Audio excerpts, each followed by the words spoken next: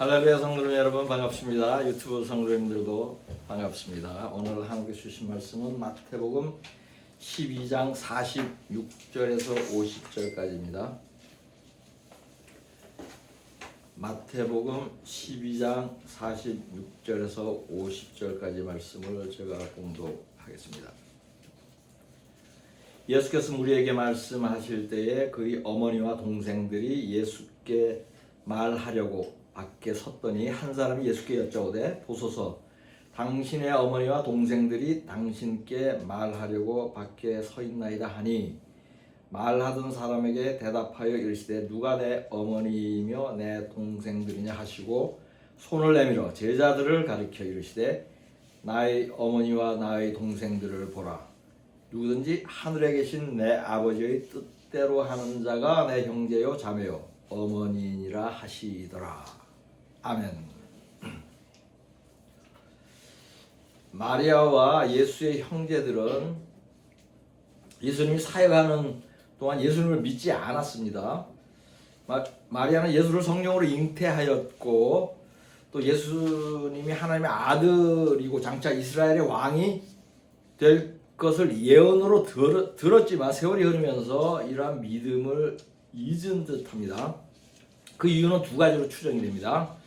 하나는 아기를 낳고 양육하면서 보통의 혈육의 아들로 생각하게 되어서 개연성이 있고, 다른 하나는 주변의 사람들이 예수를 미쳤다고 말을 하므로 대중의 여론의 영향을 받은 것 같습니다. 이런 사실을 맞춰주는 성경 구절들이 있습니다. 요한복음 7장 3절에서 5절까지를 보겠습니다.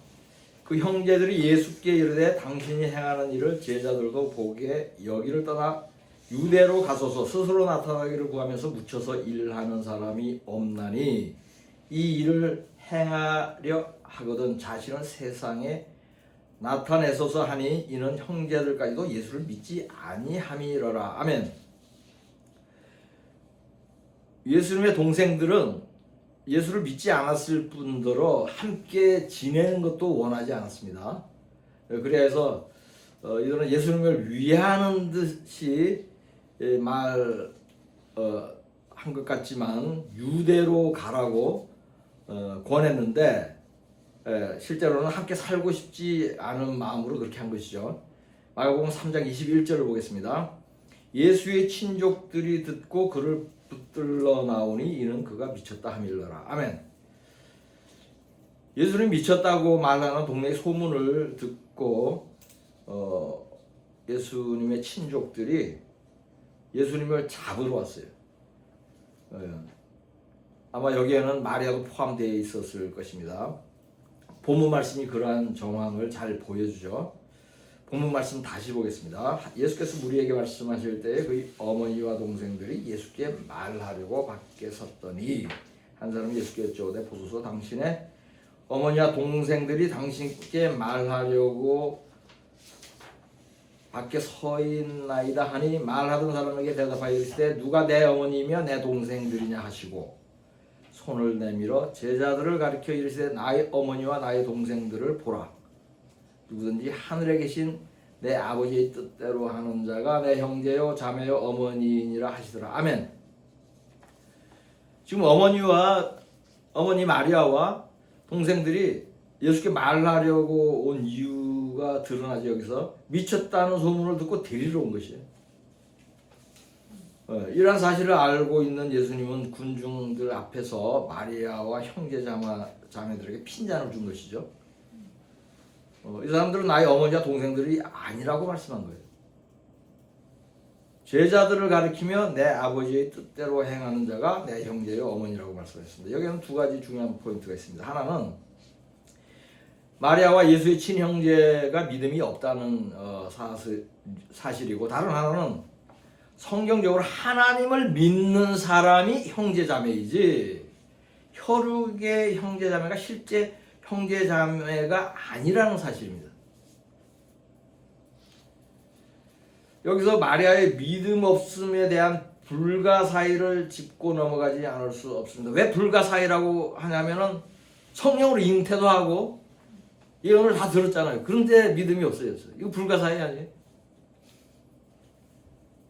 누가복음 1장 30절에서 35절까지 마리아가 예언을 듣는 말씀을 보겠습니다. 천사가 이르되 마리아여 무서워하지 말라. 내가 하나님께 은혜를 입었느니라. 보라 내가 잉태하여 아들을 낳으리니 그 이름을 예수라 하라. 그가 큰 자가 되고 지극히 높으신 이의 아들이라 일컬어질 것이요 주 하나님께서 그 조상 다윗의 왕위를 그에게 주시리니 영원히 야곱의 집을 왕으로 다스릴 것이며 그 나라가 무궁하리라. 마리아가 천사에게 말하되 나는 남자를 알지 못하니 어찌 이 일이 있으리까. 천사가 대답하여 이르되 성령이 내게 임하시고 지극히 높으신 이의 능력이 너를 덮으시리니 이러므로 나실 바 거룩한 이는 하나님의 아들이라 일컬어지리라. 아멘.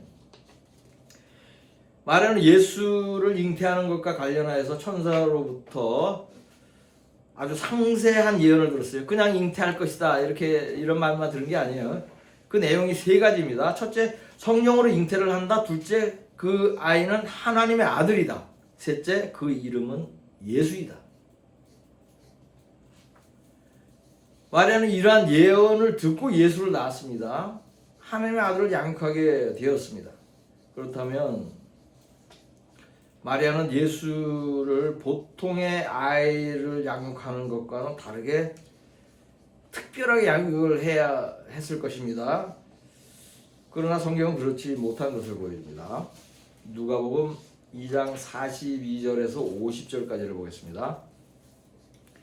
예수께서 12살 되었을 때에 그들이 이 절기의 관례를 따라 올라갔다가 그 날들을 마치고 돌아갈 때에 아이 예수는 예루살렘에 머무셨더라. 그 부모는 이를 알지 못하고 동행 중에 있는 줄로 생각하고 하룻길을 간 후 친족과 아는 자 중에서 찻때 만나지 못함에 찾으면서 예루살렘에 돌아갔더니 사흘 후에 성전에서 만난즉 그가 선생들 중에 앉으사 그들에게 듣기도 하시며 묻기도 하시니 듣는 자가 다 그 지혜와 대답을 놀랍게 여기더라. 그의 부모가 보고 놀라며 그의 어머니는 이르되 아이야 어찌하여 우리에게 이렇게 하였느냐. 보라 내 아버지와 내가 근심하여 너를 찾았노라. 예수께서 이르시되 어찌하여 나를 찾으셨나이까. 내가 내 아버지 집에 있어야 될 줄을 알지 못하셨나이까 하니 그 부모가 그 하신 말씀을 깨닫지 못하더라. 아멘. 말을 해줘도 몰라요. 예수님이 12살 때에 유월절을 지키기 위해서 부모와 함께 예루살렘으로 갔어요. 그리고 유월절 기념하고 부모는 집으로 돌아갔는데 예수님은 성전에 머물러 있었습니다. 예수의 부모는 하루길이나 간 후에나 아들이 보이지 않아서 다시 예루살렘으로 돌아와서 예수를 찾았어요. 이것도 이해가 안 가죠. 그리고 근심하게 했다가 아들을 나무랐습니다. 그러니까 예수의 부모들이 예수님을 하나님의 아들로 여기지 않은 듯한 행동이 두 가지겠습니다. 첫째는 12살 먹은 아들 예수를 하루 동안이나 어디에 있는지 관심을 가지지 않았다는 사실이에요. 보통의 부모들도 이렇게 안 하는데 12살 먹었으면 보통의 부모들은 멀리 여행할 때 옆에 가까이 24시간 데리고 다니겠죠. 예수의 부모는 아들이 하나님의 아들인 사실을 알고 믿었다면 더욱 그렇게 해야 마땅한 것입니다. 어리지만 존귀한 하나님의 아들이므로 지극정성으로 24시간 보살펴야 하는 것인데 그렇게 하지 않았습니다. 이러한 정황을 보건대 예수의 부모는 이미 예수를 평범한 혈육의 자식으로 여겼지 성령으로 잉태한 귀한 존재라는 사실을 잊은 것이 분명한 것이에요. 아들 예수가 자신이 성전에 있는 것이 아버지의 집에 있는 것이라고 말하였음에도 그 뜻을 이해하지 못했어요. 조금 전에 인용한 말씀 끝부분 다시 보겠습니다. 예수께서 이르시되 어찌하여 나를 찾으셨나이까. 내가 내 아버지 집에 있어야 될 줄을 알지 못하셨나이까 하시니 그 부모가 그가 하신 말씀을 깨닫지 못하더라. 아멘. 예수의 부모와 형제들이 예수를 믿지 않았을 배경에 대한 몇 가지 추론을 더 할 수 있습니다. 부모는 성령으로 잉태하는 아들을 키우면서 아마도 예수님이 바리새인이 되고 가마리엘 학파 같은 그 명문 학교에 입학할 것을 기대했을지 몰라요. 그래야 종교 지도자가 되고 제사장이 되거나 고위 관리가 된 후에 로마에서 독립을 하고 이스라엘 왕이 될 것이라고 생각했을 개연성이 크죠. 왜냐하면 이스라엘 왕이 되려면 엘리트 코스를 밟아야 할 것으로 여길 거 아니에요. 그러나 예수님은 바리새파에 속하지도 않았고 정규 교육도 받지 않았고 목수라는 직업으로 생계를 유지하는 평범한 삶을 살았어요. 이러한 예수의 인생을 지켜보면서 부모들은 아마도 아이를 잉태할 때 받은 예언을 믿지 않게 되었을 가능성이 큽니다. 이러한 예수가 어느 날 갑자기 목수 일을 접고 회개하라고 외치고 다녔어요. 자신이 하나님의 아들인 것을 설교하며 다니기 시작했습니다. 제자들을 모았어요. 종교 지도자들과 다투기 시작했습니다. 사람들에게 미쳤다는 말을 들었어요. 가족 간에도 예수님이 하나님의 아들인 것을 의심하는 말들이 상당히 오갔을 것이에요.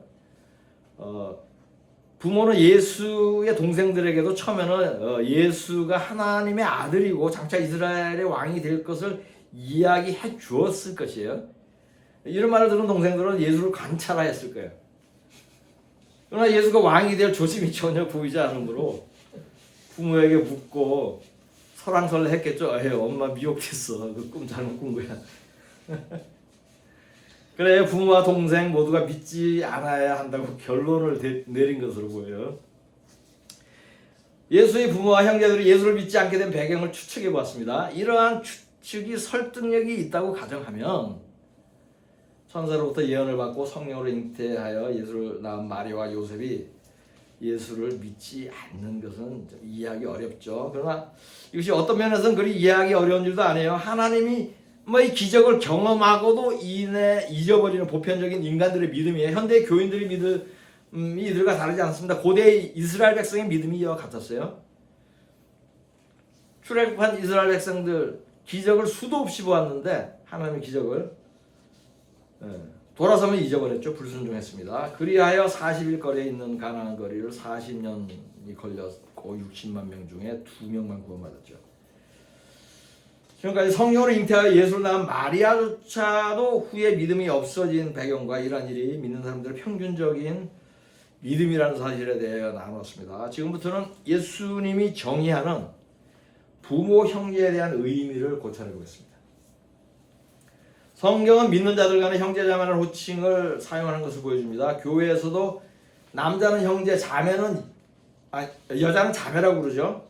외국에서 만난 낯선 사람이라도 서로 크리스천인 것을 알게 되면 바로 브라더나 시스터라는 호칭을 하게 됩니다. 쉽게 합니다. 저도 많은 경험을 했어요. 신약에서는 믿는 사람을 형제자매로 여겨야 한다는 사실을 가장 먼저 언급한 분이 예수님이에요. 본문의 마지막 구절을 다시 보겠습니다. 누구든지 하늘에 계신 내 아버지의 뜻대로 하는 자가 내 형제요 자매요 어머니니라 하시더라. 아멘. 이 말씀은 매우 강력합니다. 형제자매의 정의를 완전히 새롭게 하였어요. 이 말씀은 믿는 사람 간에 단순히 호칭을 형제와 자매로 하라는 것이 아니죠. 실제 형제 자매의 기준이 혈육이 아니라 믿음이라는 것이에요. 더 구체적으로 말하면 하나님의 뜻대로 행하는 자가 형제입니다. 그렇다면 혈육의 부모 형제도 예수를 믿지 않으면 성경적으로 부모 형제가 아닙니다. 그러므로 신약 성경에서 형제라는 단어는 대부분 믿는 형제의 의미로 사용을 해요. 육신의 형제가 분명한 것도 나오지만 그것은 분명히 구분을 할 수 있습니다. 그 외에는 전부 믿음의 형제자매예요. 그리스도 안에서의 형제자매를 의미하는 것입니다. 로마서 12장 10절과 로마서 14장 10절을 보겠습니다. 형제를 사랑하여 서로 우애하고 존경하기를 서로 먼저 하며 아멘. 네가 어찌하여 내 형제를 비판하느냐 어찌하여 내 형제를 없인 여기느냐 우리가 다 하나님의 심판대 앞에 서리라. 아멘. 이 두 구절의 형제는 믿음의 형제예요. 혈육의 형제 아닙니다. 공통된 것도 아니에요. 믿음의 형제에 하나인 것이에요. 마태복음 5장 22절을 보겠습니다. 나는 너에게 이르노니 형제에게 노하는 자마다 심판을 받게 되고 형제를 대하여 나가라 하는 자는 공의에 잡혀가게 되고 미련한 놈이라 하는 자는 지옥불에 들어가게 되리라. 아멘. 이 구절에서 형제도 믿음의 형제예요. 혈육의 형제나 모든 사람을 의미하지 않습니다. 그러므로 믿지 않는 사람에게 혹시 미련한 자라고 말하는 것은 그것도 합당한 것은 아니지만 지옥 갈 죄에 해당되지는 않습니다. 이런 구분이 있어요. 그러나 믿는 사람 간에 이렇게 말하는 것은 지옥에 갈 정도로 큰 죄입니다. 왜냐하면 믿는 사람은 예수의 피로 산 하나님의 자녀이고 귀한 존재이기 때문입니다. 여기에는 믿는 사람들이 서로 매우 사랑하고 존중해야 한다는 의미가 있는 것입니다. 마태복음 10장 21절을 보겠습니다. 장차 형제가 형제를 아버지가 자식을 죽는 데에 내주며 자식들이 부모를 대적하여 죽게 하리라. 아멘. 이 구절에서 형제와 부모는 혈육의 형제 자매예요. 형제와 부모 자식을 죽음에 내주는 사람들은 믿지 않는 사람들입니다. 마지막 때에 믿지 않는 혈육이 믿는 혈육을 이렇게 한다는 뜻이에요. 실제로 이 일이 벌어집니다. 이 말씀은 혈육의 부모 형제가 사실상 부모 형제가 아닌 것을 잘 보여줍니다. 예수님이 왜 믿음의 형제자매가 진정한 형제자매라고 정의하였는지 확인할 수 있는 말씀이에요. 이상으로 살펴본 대로 믿음의 형제와 혈육의 형제를 구분하는 것은 성경의 해석을 위하여도 중요하며 삶의 적용을 위하여는 더욱 중요합니다. 왜냐하면 믿는 사람들이 이 말씀을 바르게 적용하지 않을 때 실족하고 불순종할 수 있기 때문입니다. 삶에 적용하는 예를 두 가지 설명하겠습니다. 첫째로 기도의 순서입니다. 함께 믿음 생활을 하는 성도들을 위하여 가장 우선 기도해야 합니다. 그 다음은 믿는 친구나 지인을 위하여 기도하고 그 다음에 믿지 않는 가족을 위하여 기도해야 합니다. 가족이니까 먼저 기도하는 것이 아니에요. 보통은 자신의 자녀나 부모가 믿지 않을 경우 이들을 우선적으로 많이 기도하게 됩니다. 그러나 믿음의 형제자매부터 기도하는 것이 예수님의 형제자매에 대한 정의에 부합하는 기도입니다. 둘째, 믿지 않는 부모의 성경적이지 않은 명령은 듣지 않아야 합니다. 자신의 믿음에 부정적인 영향을 주는 권고도 듣지 않아야 합니다. 다른 어떤 말이라도 반드시 순종할 필요는 없습니다. 왜냐하면 믿지 않는 부모는 성경적으로 부모가 아니기 때문이에요. 성경적으로 부모가 아니라는 것은 순종할 의무가 없다는 의미입니다. 믿지 않는 부모는 자식을 위하여 하는 말일지라도 실제로는 어떻다 믿음에 유익이 되지 않는 경우가 대부분이에요. 그건 영적인 원리예요. 믿지 않는 사람의 영은 무의식 중에도 믿는 사람의 영을 회방합니다. 이러한 영적 원리를 알고 믿지 않는 부모, 형제의 말을 판단하고 분별하는 것이 매우 중요합니다. 그러나 부모를 공경하는 일은 해야 합니다. 믿지 않는 부모를 순종하는 것과 공경하는 것은 다른 문제예요. 이것을 혼돈하지 않아야 됩니다. 이것을 혼돈해서 삶에 적용을 잘 못하고 있는 것이에요. 그런 경우가 많아요. 부모에게 공손히 말하고 문안 인사를 하고 건강을 보살피는 것이 부모를 공경하는 것이에요. 이것은 믿는 사람들이 믿지 않는 부모일지라도 반드시 해야 하는 일입니다. 다섯째 계명을 지키는 것이죠. 내 부모를 공경하라. 그러나 믿지 않는 부모의 성경적이지 않은 많은 말을 듣지 않는 것은 부모를 불공경하는 것이 아닙니다. 그러나 믿음의 형제가 권고하는 말은 귀담아 듣는 것이 좋습니다. 예를 들어 부모는 융자해서 집을 사라고 말하고 믿음의 형제는 융자하지 말고 형편에 맞게 전세나 월세에 살라고 권하면 믿음의 형제의 권고를 들어야 하는 것이죠. 믿음의 형제가 성경적으로 권고한 것이에요. 이때 부모를 공경한다고 부모 말씀에 순종해야 한다는 마음으로 융자해서 집을 사면 하나님께 불순종하는 것이에요. 적용하는 예를 좀 이해할 수 있으면 좋겠습니다. 우리의 형제자매는 믿음의 형제자매입니다. 사랑의 형제자매입니다. 서로를 너무 귀하게 여기는 형제자매입니다. 하나님의 뜻대로 행하는 형제자매입니다. 참 교회 안에 참 성도들이 진정한 형제자매입니다. 그러나 인정은 많으나 믿지 않는 혈육의 형제자매는 진정한 형제자매가 아닙니다. 그들은 전도의 대상입니다. 이들은 좋은 말을 하고 호의를 보여도 믿는 자의 영에 유익이 없습니다.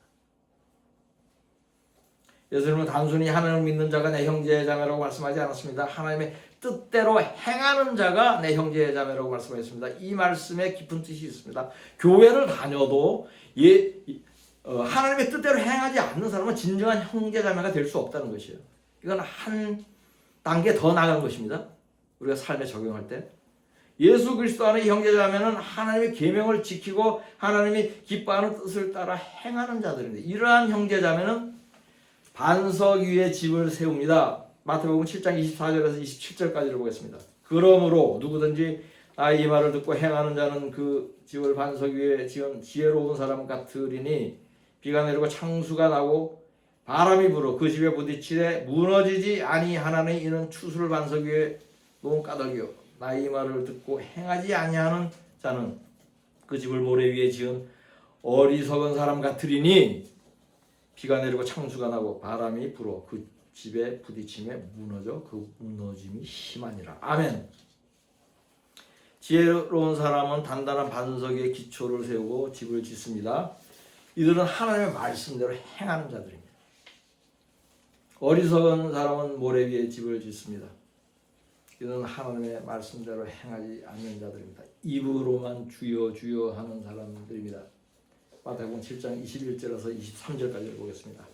나더러 주여 주여 하는 자보다 나 천국에 들어갈 것이 아니요 다만 하늘에 계신 내 아버지의 뜻대로 행하는 자라야 들어가리라. 그 날에 많은 사람이 나더러 이르되 주여 주여 우리가 주의 이름으로 선지자 노릇하며 주의 이름으로 귀신을 쫓아내며 주의 이름으로 많은 권능을 행하지 아니하였나이까 하리니 그때에 내가 그들에게 밝히 말하되 내가 너희를 도무지 알지 못하니 불법을 행하는 자들아 내게서 떠나가라 하리라.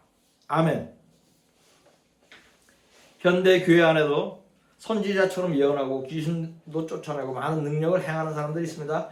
은사를 받고 능력이 탁월한 목사도 있습니다. 그런 장로도 있고 집사도 있습니다. 그러나 이들 중에는 하나님의 뜻대로 행하지 않는 사람이 많습니다. 특히 능력이 탁월하고 유명하여 여기저기 다니며 집회를 많이 하는 사람들 중에 올바른 하나님의 사람이 거의 없습니다. 이들이 지금 인용한 성경 구절의 불법을 행하는 자들입니다. 죽은 후 주님이 알지 못한다고 할 자들입니다. 신령한 은사를 받는 것도 좋고 병을 고치고 능력을 행하는 것도 좋고 계시가 열리고 예언을 하는 것도 좋지만 더 중요한 것은 더 좋은 것은 가장 중요한 것은 하나님의 뜻대로 행하는 것입니다.